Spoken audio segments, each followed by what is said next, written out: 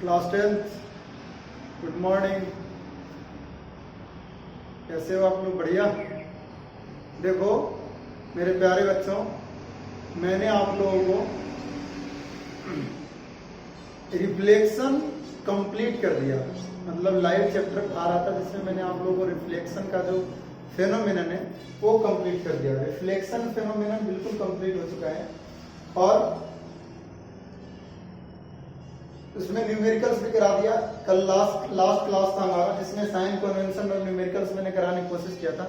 आप खुद से भी और करने की कोशिश करो, ज्यादा से ज्यादा न्यूमेरिकल करो। जितना ज्यादा न्यूमेरिकल करोगे उतना ही ज्यादा फायदा होगा। अब ये नया टॉपिक है, बिल्कुल नया चैप्टर है। बैक से ज्यादा रिलेशन नहीं है लेकिन रिलेशन तो है ही, है ना। तो सबसे पहले आज हम लोग पढ़ेंगे रिफ्रैक्शन ऑफ लाइट। रिफ्रैक्शन को हिंदी में कहते हैं बेटा अपवर्तन। अपवर्तन और रिफ्रैक्शन, रिफ्रैक्शन किसे कहते हैं? तो उसको पढ़ाने से पहले आपको कुछ एग्जाम्पल्स मैं आपके माइंड में याद करवाना चाहूंगा। आप सभी अपने घरों में एक कांच का गिलास लो, गिलास में एक डंडी डालो या फिर एक पेन डाल दो। कांच का गिलास आधा पानी से भरा हुआ होना चाहिए, ठीक है। अब जो कांच का गिलास है आपका, ये कांच का गिलास है,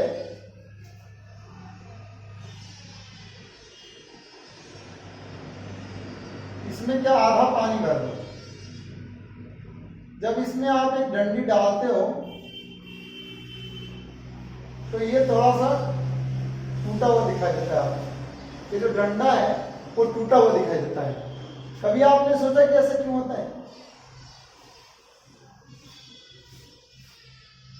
कभी आपने सोचा कि ऐसा क्यों होता है? ऐसा रिफ्रैक्शन की वजह से होता है। इस पे हम डिस्कस करेंगे। आपने ये देखा होगा, ये एक बकेट है, इसमें क्या पानी भरा हुआ है। तो इसका जो टॉप और इसका जो बेस वाला लेवल है थोड़ा सा अपवर्ड दिखता है, ऊपर की तरफ दिखाई देता है। आपने कभी सोचा ऐसा क्यों होता है? कभी सोचा आपने? चलो आप एक चीज देखे होंगे, ग्लास स्लैब देखा होगा बेटा आपने। ग्लास स्लैब देखा आपने? टेबल पे अक्सर रखा हुआ मिल जाता है। अब ग्लास स्लैब पे, ग्लास स्लैब जो है उसके उस साइड, इसके इस साइड में 3 पिन लगा दो, 1, 2 और 3। ये 3 पिन को इधर से देखने की कोशिश करो, इधर से देखने की कोशिश करो और इधर इसका ड्राइंग करो, ठीक है। इसके अपोजिट साइड में पिन जहां जहां लगा हुआ है इधर लगाने की कोशिश करो, अपोजिट साइड से देख करके लगाने की कोशिश करो पिन को। तो ये जो इसकी जो पिन की पोजीशन होगी वो थोड़ी सी अलग होगी।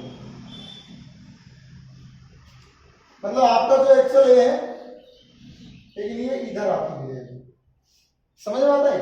अगर ये पिन की डायरेक्शन होगी तो उसकी इमेज जो है इस टाइप की बनेगी, एक स्ट्रेट लाइन। मतलब जो एक्चुअल पिन का जो ये जो पिन का सेटअप था और उसी को देख करके मैंने इधर पिन लगाने की कोशिश की तो दोनों पैरेलल हो जाएंगे एक दूसरे को। ऐसा क्यों होगा? ये इसलिए होगा क्योंकि रिफ्रैक्शन ऑफ लाइट। तो बेटा देख रहे हो कितनी इंपॉर्टेंट चीज है, कितनी इंपॉर्टेंट, कितने जादुई फेनोमेनन हमारे चारों तरफ इसकी वजह से होता है। ये तीनों चीजें रिफ्रैक्शन ऑफ लाइट की वजह से हो रहा है। ये सब आप अपने घरों में देखा होगा, ठीक है। आपने ये भी देखा होगा कि इंस्ट्रूमेंट बॉक्स है, इंस्ट्रूमेंट बॉक्स में एक मैग्नीफायर आता है ना, जिससे कि लेटर्स बड़े दिखाई देते हैं। वो लेटर्स बड़े क्यों दिखाई देते हैं? क्योंकि उसमें एक लेंस लगा होता है और लेंस जो है वो ट्रांसपेरेंट मीडिया है और उसमें उस लेंस की वजह से रिफ्रैक्शन होता है जिसको अपवर्तन कहते हैं। और उसी रिफ्रैक्शन की वजह से इमेज जो है वो बड़ा दिखाई देता है, जो एक्चुअल इमेज उससे बड़ा दिखाई देता है। ये सारी इंटरेस्टिंग फेनोमेनन इस चैप्टर में हम लोग एक एक करके हम पढ़ने वाले, ठीक है बेटा। तो सबसे पहले मैं डिस्कस करूंगा, ये चीजें तो कॉमन है, आपने देखा ही होगा। बर्तन धोते समय पानी में जब चम्मच डाल देते हो चम्मच टूटा हुआ दिखाई देता है। एक्चुअली में ऐसा होता है क्या? बिल्कुल नहीं होता, है ना। तो ये रिफ्रैक्शन ऑफ लाइट की वजह से इसका बॉटम अपवर्ड दिखाई दे रहा है। क्यों दिखाई दे रहा है? वो तुम्हारी रिफ्रैक्शन ऑफ लाइट की वजह से। ये ग्लास स्लैब में जो रिफ्रैक्शन होगा उसमें जो पिन की जो पोजीशन है, एक्चुअल पोजीशन और उसकी जो इमेज की पोजीशन है उसको डिनोट करने की कोशिश करेंगे। दोनों एक दूसरे के पैरेलल होंगे, एक सीध में नहीं होंगे, मतलब एक स्ट्रेट पाथ में नहीं होगा। ऐसा क्यों होगा? क्योंकि रिफ्रैक्शन ऑफ लाइट की वजह से। अब कहते हैं भाई रिफ्रैक्शन ऑफ लाइट होता क्यों है और क्या होता है रिफ्रैक्शन ऑफ लाइट, ठीक है, और क्यों होता है, ये चीजें डिस्कस करने वाली बात है कि रिफ्रैक्शन ऑफ लाइट क्या होता है, what is refraction of light, why it occurs, और जब अकर्स होता है तब क्या हो जाता है, ये सारी चीजें आज हम लोग डिस्कस करेंगे बेटा। ये 3 केस था और एक एक करके आज हम लोग डिस्कस करने वाले हैं, ठीक है। तो देखो सबसे पहले आप पढ़ेंगे refraction of light.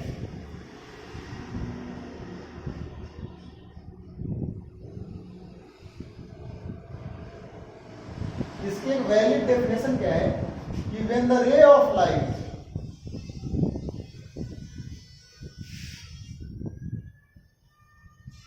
the ray of light passes या travels करता है, travels from one medium to the another medium,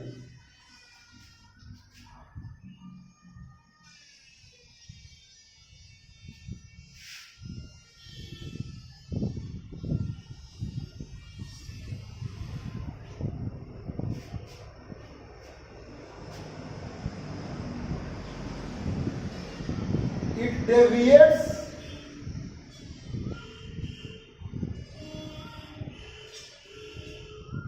deviates from its original path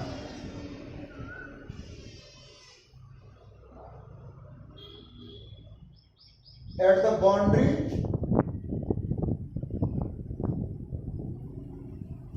of the medium, two medium, is called refraction.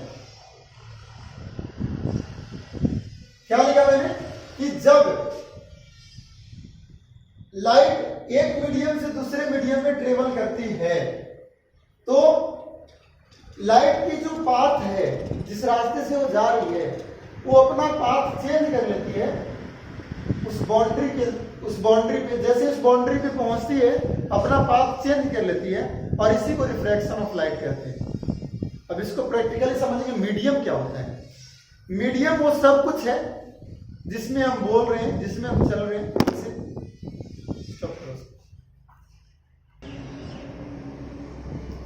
हाँ, तो मेरे प्यारे बच्चों यहां पे ये समझना है कि मीडियम क्या होता है। तो मीडियम का मतलब ये होता है बेटा कि जितने भी नेचुरल फेनोमेनन है वो सब किसी न किसी माध्यम में होता है। इसी जैसे एयर एक माध्यम है, एयर एक मीडिया है, वाटर एक मीडिया है, ग्लास एक मीडियम है, सॉलिड एक मीडियम है, लिक्विड एक मीडियम है। ये सब सॉलिड, लिक्विड और एक तरीके से कह सकते हैं मैटर। समझ, मीडियम का मतलब वो क्षेत्र, वो संदर्भ, वो माध्यम जिसमें कोई भी चीज ट्रेवल करती है। तो यहां पर लाइट जो है मीडियम चेंज कर रही है। मीडियम का मतलब क्या है, जैसे नॉर्मली लाइट जो है वो एयर में ट्रेवल कर रही है, जैसे सन से निकल रही है, बीच में वैक्यूम भी है, वैक्यूम से एयर में भी आई है। अब एयर नॉर्मली हम अर्थ पे एयर में रे ऑफ लाइट है।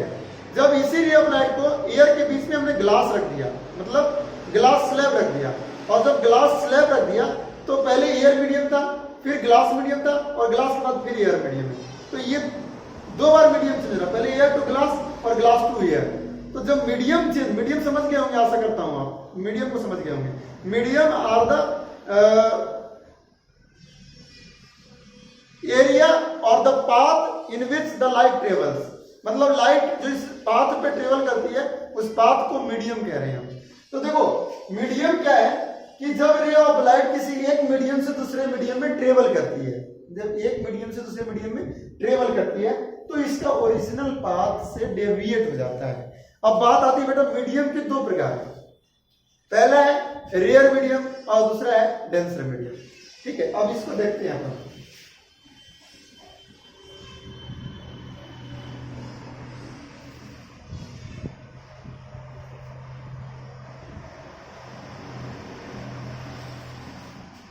देखो रिफ्रैक्शन क्या है, रिफ्रैक्शन इन थ्री केसेस वो आज हम पढ़ेंगे।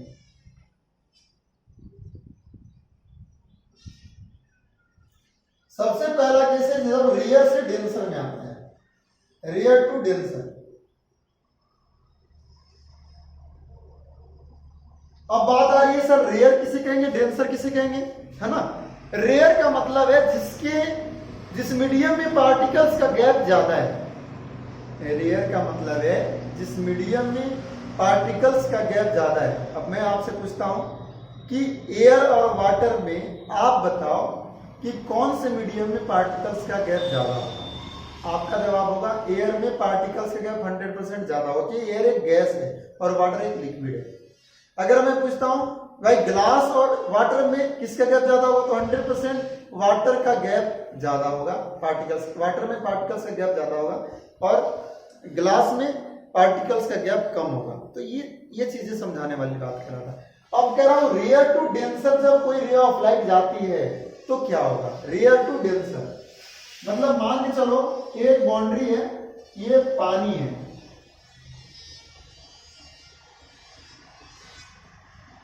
और ये एयर है और ये वाटर है। जब वाटर जो है रियर टू डेंसर आ रही है, मतलब अगर इंसिडेंट रे ऑफ लाइट आई है ना, एयर टू वाटर में, अब इसको जाना तो ऐसे चाहिए था, यूं सीधी ऐसे जाना चाहिए था, लेकिन ऐसे ना जाकर के ये अपनी एक्चुअल पाथ को चेंज कर लेती है, ठीक है ना। इसको कहते हैं रिफ्रैक्शन। क्या कहते हैं, रिफ्रैक्शन, कि अपनी एक्चुअल पाथ को बदल करके अपने पाथ से डेविएट हो गई।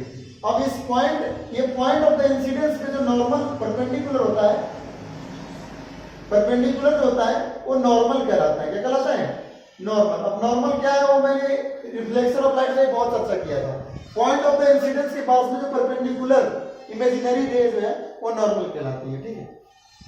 अब देखो बेटा रियर से डेंसर आने पे ये नॉर्मल के करीब आई है, नॉर्मल के करीब आई, it comes toward the normal. अब देखो दूसरा केस,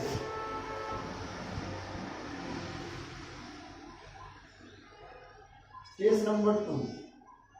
ये क्या कहता है, केस नंबर 2 कहता है, केस नंबर 2 कहता है कि जब पहला मीडियम डेंसर हो, पहला मीडियम क्या हो, डेंसर हो और दूसरा मीडियम रेयर हो। मतलब पहले तो ग्लास या वाटर है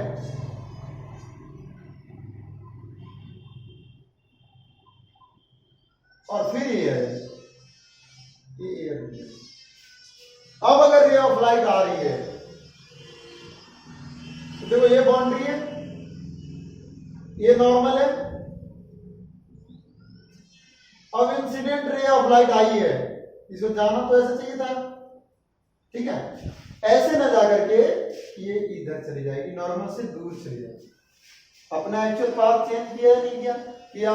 तो ये कहलाता है रिफ्रैक्शन ऑफ लाइट। क्या कहलाता है, रिफ्रैक्शन ऑफ लाइट। और ये है केस 3 कि अगर किसी मीडियम में, जैसे ये कोई दो मीडियम बाउंड्री है, ये पहला मीडियम है, दूसरा मीडियम है,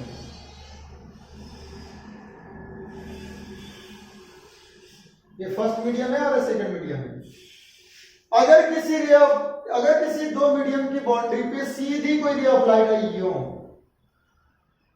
नॉर्मली, तब क्या होगी, तब ये सीधी निकल जाएगी बिल्कुल।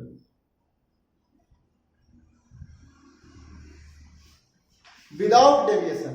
ये नॉर्मल केस नंबर 3 है। ये नॉर्मली अगर किसी भी रे ऑफ लाइट को हम फॉल कराते हैं तो उसमें कोई भी डेविएशन नहीं होता है, मतलब इसमें नो रिफ्रैक्शन, इसमें कोई भी रिफ्रैक्शन नहीं होता है। तो बेटा आपने समझ लिया होगा कि रिफ्रैक्शन किसे कहते हैं। रिफ्रैक्शन कब होगा, जब मीडियम चेंज होगा, ठीक है। और मीडियम चेंज होने पे क्या होता है, रेयर मीडियम, डेंसर मीडियम किसे कहते हैं। रेयर से डेंसर में क्या होता है और डेंसर टू रेयर में क्या होता है, और जब नॉर्मली फॉल कराते हैं तो क्या होता है। यहां के बाद मैं आपको पढ़ाने वाला हूं कि रिफ्रैक्शन होता क्यों है, कॉज ऑफ रिफ्रैक्शन। क्या पढ़ाने वाला हूं, कॉज ऑफ रिफ्रैक्शन। तो नोट कर लो, कॉज ऑफ, पहले इसको नोट कर लो और स्क्रीनशॉट ले लो, ठीक है। उसके बाद आगे पढ़ाता हूं।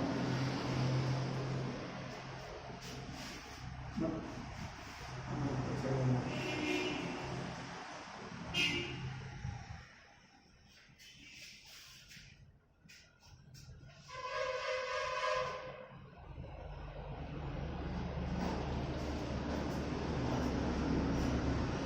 देखो अगला जो टॉपिक है वो है हमारा कॉज ऑफ रिफ्रैक्शन।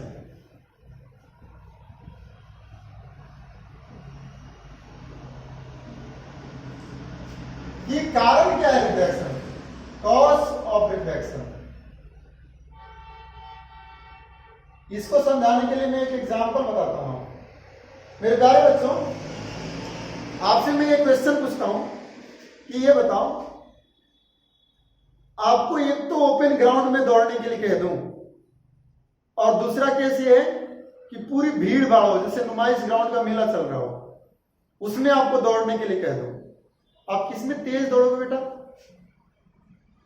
आप 100% कहोगे जो खाली जगह होगा उसमें तेज दौड़ोगे और जो भीड़ भाड़ होगा उसमें स्लो। तो यही चीज यहां पर है।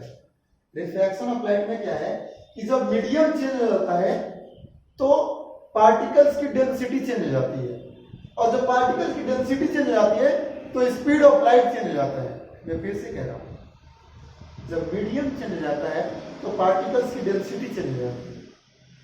समझ में आता है? अब जैसे एयर और वाटर, तो वाटर इसकी डेंसिटी हाई है, मतलब यहाँ भीड़ ज्यादा है तो इसमें स्पीड कम होगा, और एयर में डेंसिटी कम है तो स्पीड ज्यादा होगा। समझ में बात? तो जब मीडियम चेंज हो जाता है तो उसकी पार्टिकल्स की डेंसिटी चेंज हो जाता है, और जब पार्टिकल्स की डेंसिटी चेंज हो जाता है तो ray of speed of light change हो जाता है, और जब स्पीड ऑफ लाइट चेंज हो जाता है तो अपना एक्चुअल पाथ जो है लाइट जो है अपना चेंज करने लगे, डेविएट हो जाती है। तो लिखो रीजन, लिखो when the ray of light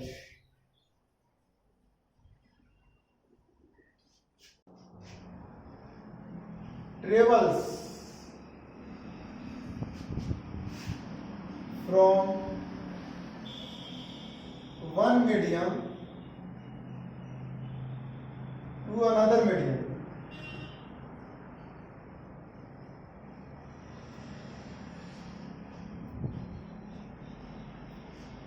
when the ray of light travels from one medium to another medium, the density of the particles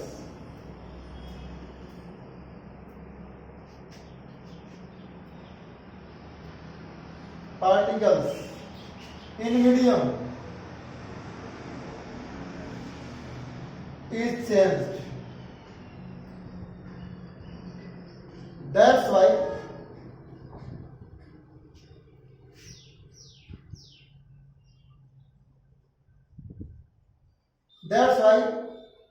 the speed of light is changed.